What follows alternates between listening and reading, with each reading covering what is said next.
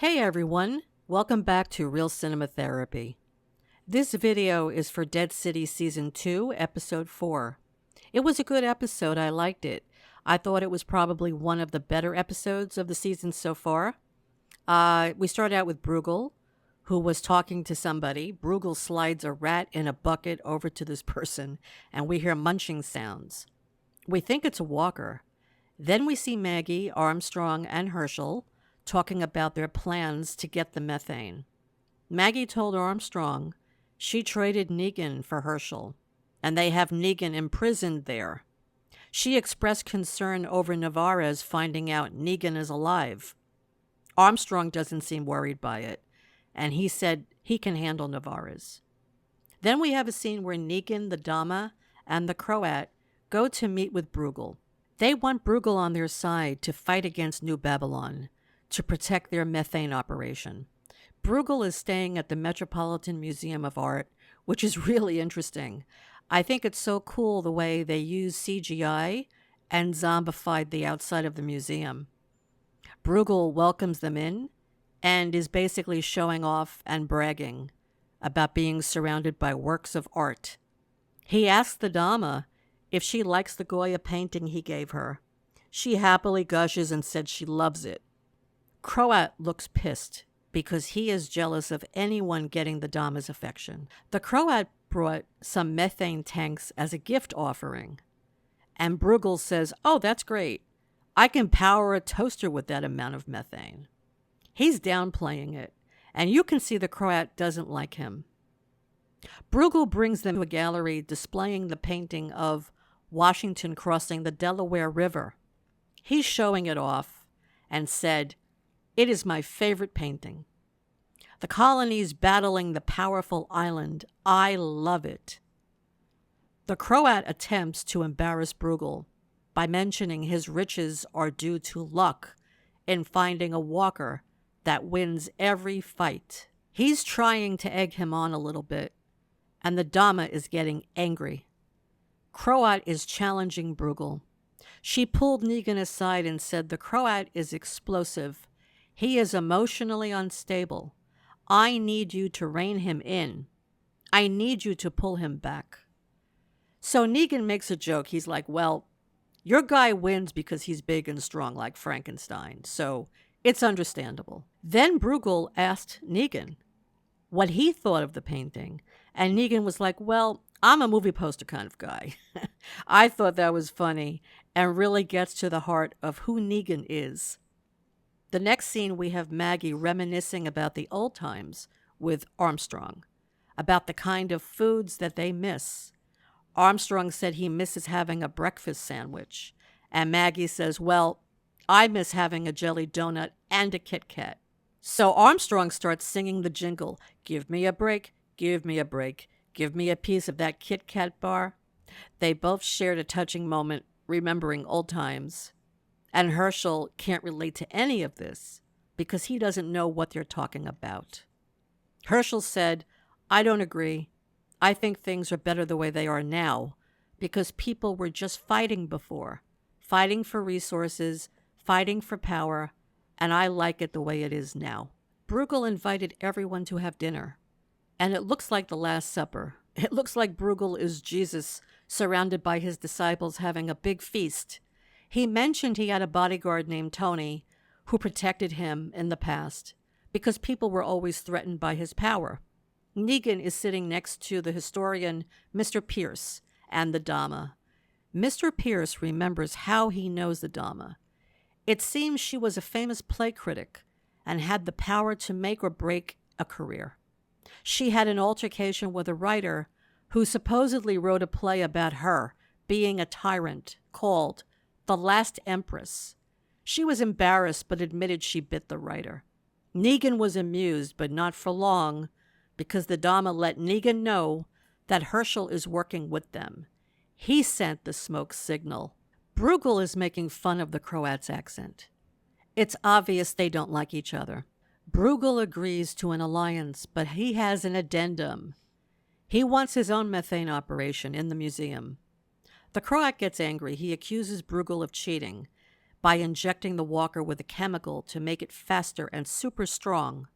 He threatens to tell Bruggle's adversary Christos about it. So Bruggle says, I think it's time all of you go home. Again, Dama shoots Negan a look. Negan again has to smooth things over. So he said, I know you're upset. You feel very insulted. I don't blame you.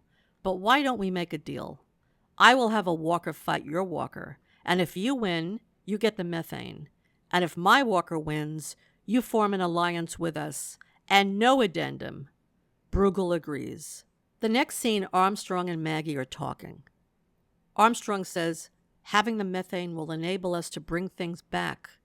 But are we doing it for our kids or for ourselves? Maybe we should let things remain the way they are. Maggie looks over at Hershel. He is drawing in his sketchbook. She goes over to him. Maggie knows something is wrong with Hershel. She suspects he sent the smoke signal to the Croat. But why would he do that? She feels him slipping away and wants to find common ground. She brings up a sweet memory they shared about a lightning bug. For her, it was heartwarming, but not for Hershel. Hershel said he saw Maggie crying and brought her the lightning bug to cheer her up. He said he witnessed her crying a lot at that time. She didn't know he saw her, and she said, I'm sorry. I thought I was shielding you from all of that. Now we switch to Navarra's, and she's speaking with Jenny. She finds the gun, and she cleans it, and gives it back to Jenny. And she talks about how justice and law and order is important to her. She asked Jenny, why did you come here? What is it that you're doing? So Jenny said, I want to kill the man that killed my father. So Navarra's asked, is that man's name Negan? And then the scene cuts. So we don't know what Jenny said to her, but probably Jenny does tell her it was Negan. Navarra's thought Negan died. And now if Negan is alive, that means Armstrong lied to her. So in a sense, he committed treason. So I suspect that she's going to go after Armstrong and possibly try to hang him. Maggie is looking down with her binoculars, and she sees Negan. And he's holding the bat. He's holding Lucille again. Maggie is shocked. The look on her face says it all. That is shocking. And in the next scene, Maggie, Armstrong, and Hershel are inside the museum, and they're plotting on how she can get to Negan alone so she can find out where the methane is. Hershel offers to create a distraction, and Maggie likes that idea, so they have a plan. We see Bruggle's favorite painting is on fire. The candelabra was thrown over. He is hysterical, and he's screaming. But Croat looks real happy. Negan hears Maggie whistling the savior call, and he leaves the room to meet Maggie. The Dama sees a door close, so she goes to investigate who started the fire. And then she finds out it's Hershel. She finds him in the museum, and she says, oh, this is a nice surprise. Hershel is shocked to see her, and then they cut the scene again, so we don't know what was said between them. We are to assume that Hershel set the painting on fire to create a distraction so Maggie could find Negan. It's interesting that he happened to choose Bruggle's favorite painting. Coincidence? I am not so sure. I am wondering if Croat did it in retaliation. Maybe Hershel didn't set the fire. Just a theory. It's also amazing that Croat didn't hear the savior call. I guess he was too distracted by the burning painting. Negan meets Maggie, and she looks at his bat in disgust. I would have liked to see a confrontation between them. I would like to have heard Maggie say, why do you have this bat? What are you doing? Or for Negan to volunteer it. It's for show. I'm not using it. I feel the writers dropped the ball on this one. No pun intended. So Maggie's asking him for help. She says, I just want to be left alone. I just want to take Hershel and get away from this. But New Babylon wants the methane. So if you can help us get the methane, that's all we want. Negan said, I can't do it. He knows his wife and son are in danger. Maggie understands that. But Negan does tell her where the methane is. He says it's at St. Patrick's Cathedral, 51st and 5th. He also tells her that Hershel is working with the Dama, that he is the one that sent the smoke signal. Maggie is upset and denies it. But deep down, she knows it's true. The scene changes and Negan is dousing his walker with motor oil to make it slippery. Bruggle objects and his walker can't catch Negan's walker. Bruggle creates a distraction by putting his arm in the ring to entice Negan's walker so that his walker could attack it from behind. At the same time, Maggie is trying to escape and she and the Dama lock eyes.